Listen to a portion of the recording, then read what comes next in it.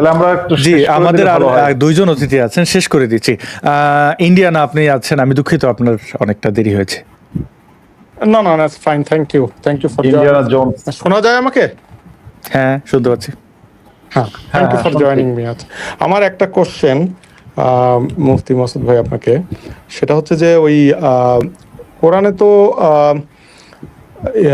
ইব্রাহিম আর তার ছেলেদের কথা বলা আছে, তাই না?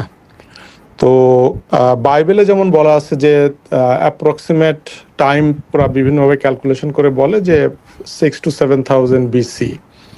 তো আমি কয়েকটা ক্লিপ আসিফ মহিউদ্দিনের ইয়েতে দেখেছিলাম, ওখানে বেসিক্যালি হুজুরদের বয়ান, কিন্তু হাদিস বা সিরাতে কি ইসলামে কোনো এরকম ডকুমেন্টেশন আছে যে এই অ্যাডাম এবং ইভ অ্যাপ্রক্সিমেটলি কত হাজার বছর আগে এসেছিল? এই বিষয়ে মোহাম্মদের স্পেসিফিক কোনো বক্তব্য পাওয়া যায় না, কিন্তু মোহাম্মদের কিছু কথাবার্তার প্রেক্ষিতে ইসলামের যারা স্কলার আছে, যারা গবেষক টাইপের, ইসলামের যারা বইটই লিখেছে, তারা অনেক অনেক হিসাব নিকাশ করে, যে নবীদের জন্ম মৃত্যু হিসাব নিকাশ করে, তার মোটামুটি ওইরকমই, মানে 5-6 হাজার বছরের একটা স্প্যান দিয়েছে, যে এই সময়টায় আদমের জন্ম হয়েছে এত বছর আগে। ওকে, তাহলে এই যে ক্যালকুলেশনটা, এই ক্যালকুলেশনটা কি আধুনিক স্কলারদের করা নাকি আগের স্কলাররা এটা করেছে? আগের স্কলাররা এটা করেছে, আধুনিক স্কলাররাও এটার সাথে একমত না, কিন্তু এখন তো অনেকে আবার একটু ইয়ে করে, কারণ এখন যেহেতু একটা প্রবলেম, আপনি তো বুঝতেছেন মনে হয় যে কারণ আমি কেন এই কোশ্চেনটা জিজ্ঞাসা করলাম, যে যে আয়াতে যেটা বলা আছে, সম্ভবত এটা মনে হয় 2 নম্বর সূরাতে আছে, যে ওরা হাবিল এবং কাবিল ওদেরকে, ওই যে যখন ওদের ঝগড়া বাঁধলো ওদের বোনকে নিয়ে, তখন আল্লাহ তাদেরকে বলছিল যে একজন তোমরা আমাকে ইয়ে দিবা আর কি, বলি দিবা। তো একজন সে করতো কৃষিকাজ, যেটা তাফসিরে আসছে আর কি, আর একজন করতো পশুপালন। তো আলটিমেটলি একজন দিল পশু কোরবানি আর একজন শস্য দিল, তাই না? এবং আল্লাহ পরে ওই পশুটা ইয়ে করলো। তো এইটা যদি আমরা কোনোভাবে যদি ইসলামের কোনো সিরা বা ইয়ে থেকে যদি এইটা যদি স্ট্যাবলিশ হয়, তাহলে তো একটা বিশাল প্রবলেম, তো যারা ওই যে বিজ্ঞান খুঁজে কোরআনে, তাদের তো একটা বিরাট প্রবলেম হয়ে যায়। কারণ এই যে স্টোন এইজ তো একটা স্ট্যাবলিশড ইয়ে, তাই না? যে এক সময় মানুষ আগে পাথরের ব্যবহার জানতো অনলি, তারও আগে কিছুই জানতো না, কিন্তু পাথরের ব্যবহার জানতো। সো মানুষ আগে চাষবাস করতো না।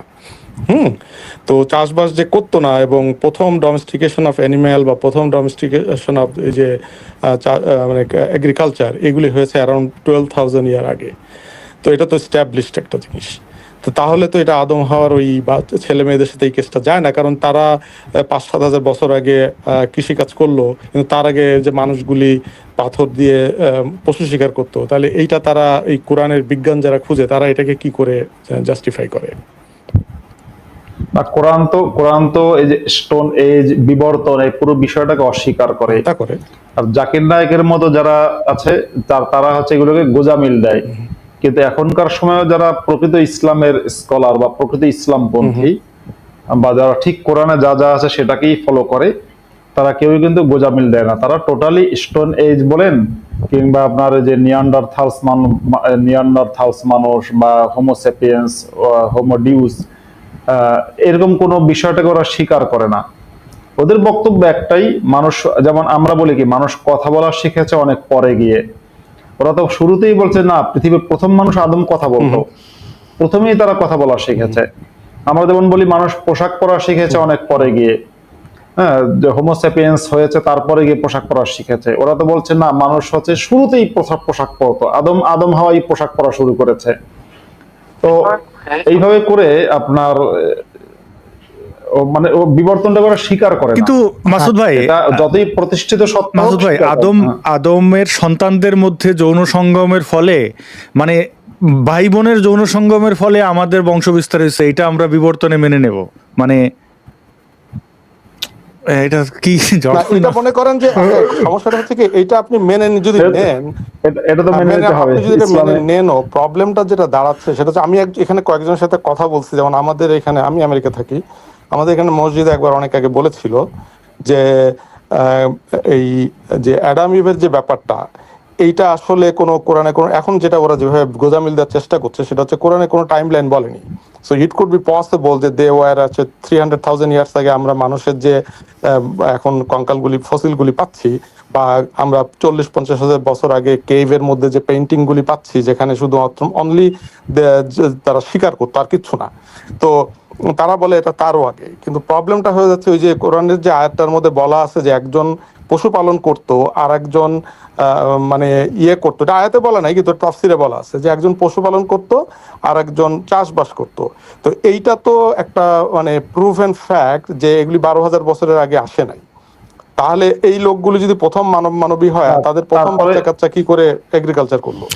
হ্যাঁ, তো হ্যাঁ, পশুপালন, এক্স্যাক্টলি, এগ্রিকালচার, এগুলো তো মানে অনেক পরের আরো একটা মজার বিষয়, যখন আপনি এই দাবিটা করবেন যে আচ্ছা কোরআনে স্পেসিফিক টাইম ফ্রেম নাই, তাহলে কোরআনের ব্যর্থতা না? আমেরিকান প্রেসিডেন্ট, আপনি বললেন আমেরিকার প্রেসিডেন্ট অমুক, তো কোন কোন সময়ের প্রেসিডেন্ট আপনি জানবেন না? মানে এটা তো একটা দেশের সবচেয়ে বড় ফ্যাক্ট, সেই প্রেসিডেন্ট আচ্ছা কত সালের, এই আদম হাওয়া আসছে এত বড় যেখান থেকে আমাদের সৃষ্টি, সেটাই কোরআনে বলা নাই, তাহলে আমি পাইলামটা কি, ঘোড়ার ডিম?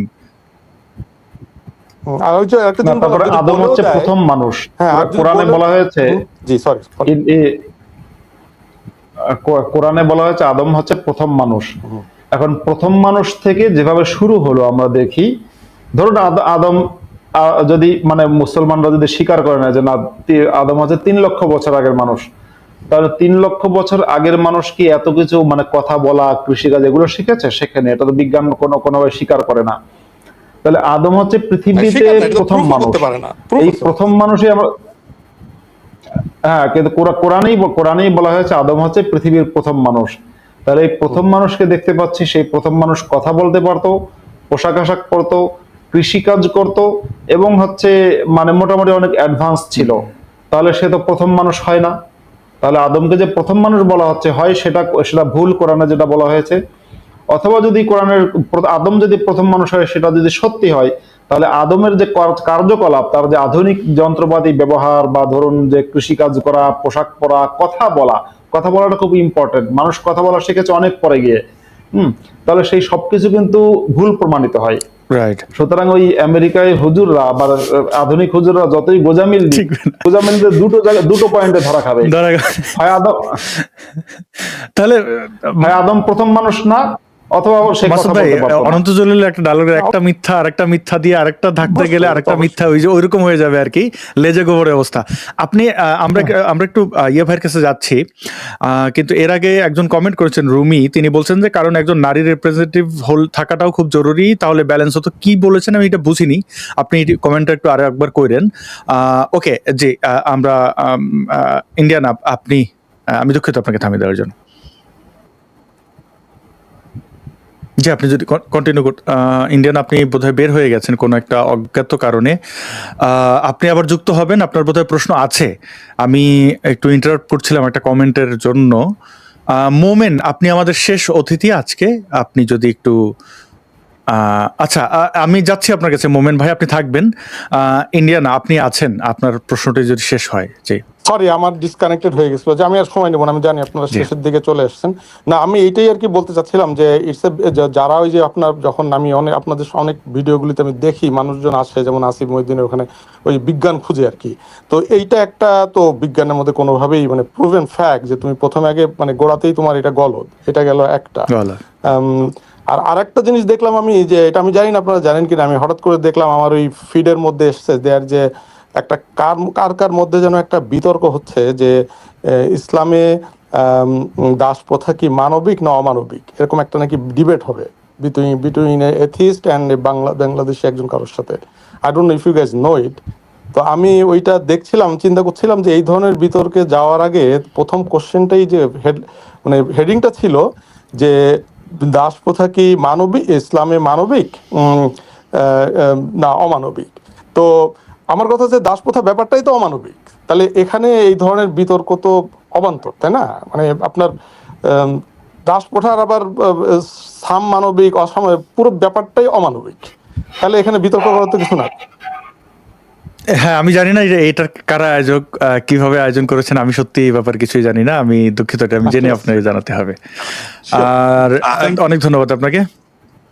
আর আমাদের ওই যে কমেন্টার ব্যাপারে আমি এখনো কোনো কমেন্টই দেখতে পাচ্ছি না, এটা টেকনিক্যাল প্রবলেম। তো বোধহয় উনি নারী রিপ্রেজেন্টেটিভ আমাদের মধ্যে থাকবে কিনা, অনেক কিছুই আসছে। একটু বলছিলাম যে আপনারা 20-25টা দিন একটু অপেক্ষা করেন, মানে এই ব্যাটল যে কোথায় যাবে এবং বললাম না যে এরা এই ইসলাম প্রচারকটা পাগল হয়ে যাবে, হাত পা ধরে ক্ষমা চাবে যে ভাই লুঙ্গিটা কোনো রকম বাঁচাও, আপনারা দেখে নিয়েন এই কথা কাজে মিল থাকে কিনা।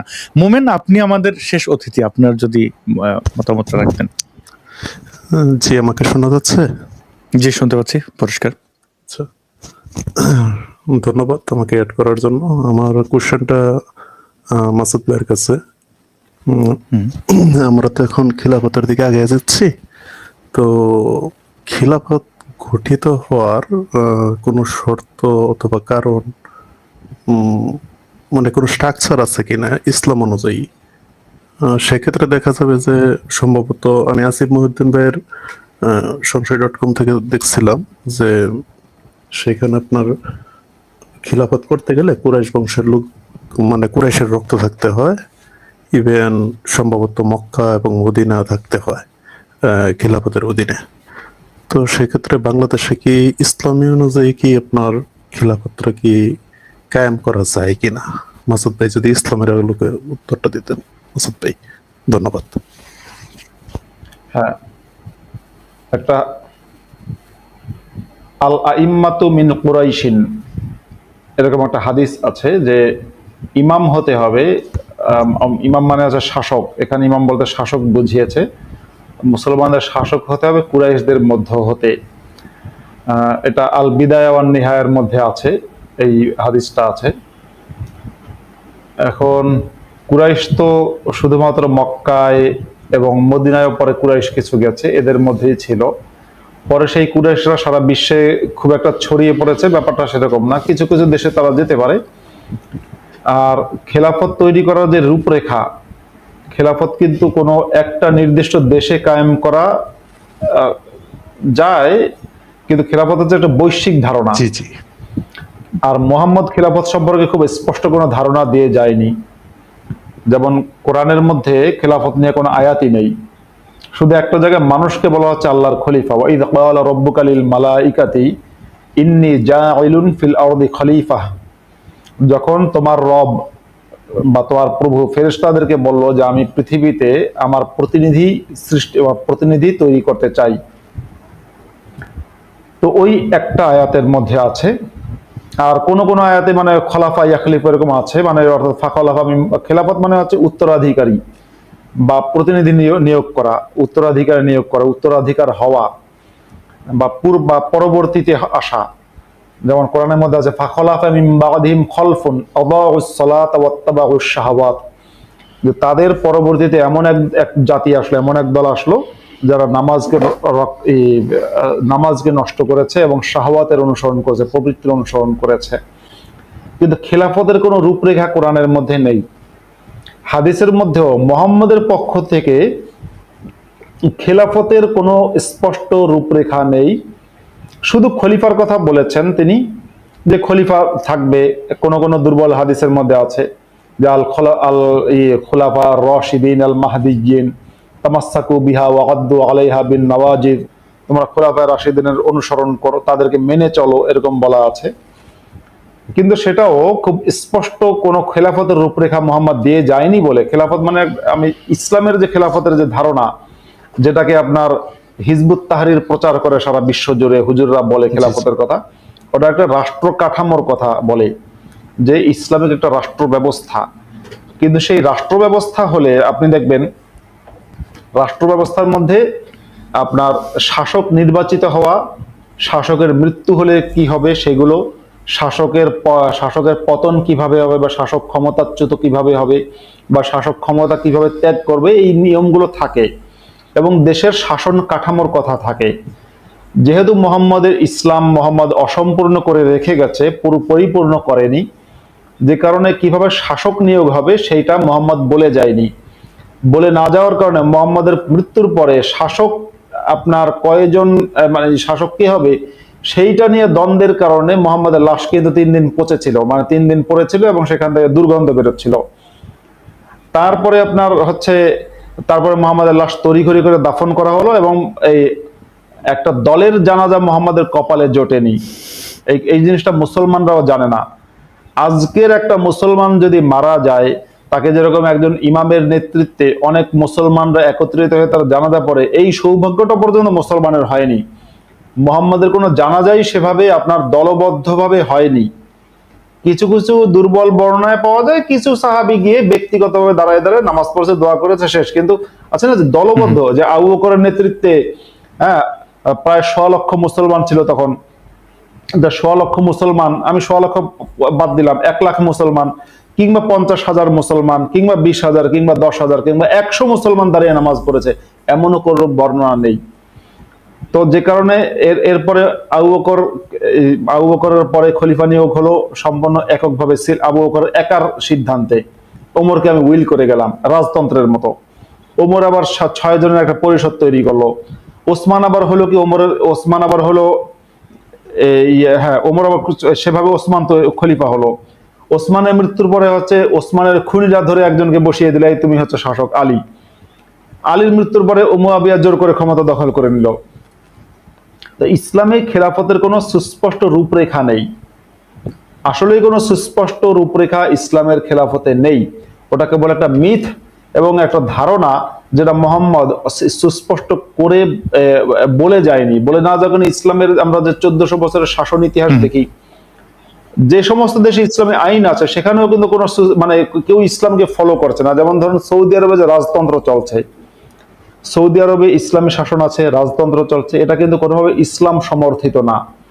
আবার ইরানে যে গণতন্ত্র চলছে, যে ভোটের মাধ্যমে আপনার শাসক নিয়োগ হয়, এখন আছে কে আছে, এখন আছে মাসুদ পেজেশকিয়ান, তার আগে ছিল ইব্রাহিম রাইসি। হ্যাঁ, আমি যখন ছোট ছিলাম তখন শুনতাম, খুব বিখ্যাত নাম ছিল রাফসানজানি, ইরানের প্রেসিডেন্ট ছিল। এই যে প্রেসিডেন্ট নিয়োগ হয় ভোটের মাধ্যমে, এটা কিন্তু ইসলাম স্বীকৃত না, ইসলাম সমর্থিত না, এই পদ্ধতিটাই ইসলাম সমর্থিত না। তার মানে এবং আপনারা ধরুন যে আবু বকর আল বাগদাদি যেভাবে নিজেকে খলিফা দাবি করে নিজে করেছিল, বাগদাদি অন্যান্য কাজকর্ম সমূহ ইসলাম সমর্থিত ছিল, অর্থাৎ খুন করা, ধর্ষণ করা, লুটপাট করা, গণহত্যা করা, এগুলো সব মুহাম্মদেরই কাজ। কিন্তু সেখানেও ইসলামের পুরো কোনো রূপরেখাকে ফলো করার মতো ব্যাপার, মানে শাসক নিয়োগের পদ্ধতি ইসলাম সম্মত হওয়ার কোনো উপায় নেই। কারণ ইসলাম শাসক নিয়োগের কোনো পদ্ধতিই বলে যায়নি, মোহাম্মদ কোনো পদ্ধতিই বলে যায়নি। তাহলে শরিয়া আইন প্রয়োগ করার জন্য রাষ্ট্র দরকার। এখন রাষ্ট্র না খোলাফায়ে রাশিদিন, বাংলাদেশে তাহলে কোনটা গঠন হচ্ছে বুঝতে পারতেছি। এই বিষয়ে মোহাম্মদ বলে যায়নি।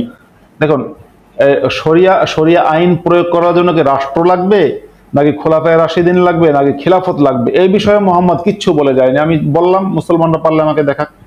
হ্যাঁ, মোহাম্মদ বলেছে তোমরা ইসলামকে চারিদিকে ছড়িয়ে দাও, যুদ্ধ করো, জিহাদ করো, ইসলাম তো কায়েম করো। কোরআন নামাজ কায়েম করার কথা আছে, ইসলাম প্রতিষ্ঠার কথা আছে, ইসলামী শাসন ব্যবস্থা প্রতিষ্ঠার কথা আছে। কিন্তু সেই ইসলামী শাসন ব্যবস্থা কি রাষ্ট্র কাঠামো তৈরি করে করবে, নাকি আপনার খেলাফত ব্যবস্থার মাধ্যমে করবে, সে বিষয়ে মোহাম্মদের খুবই স্পষ্ট কোনো দিক নির্দেশনা নেই। অস্পষ্ট কিছু ভাঙা বক্তব্য আছে। জি, থ্যাংক ইউ। আসলে সব অনেক ধন্যবাদ। থ্যাংক ইউ আসাদ ভাই, অনেক ধন্যবাদ।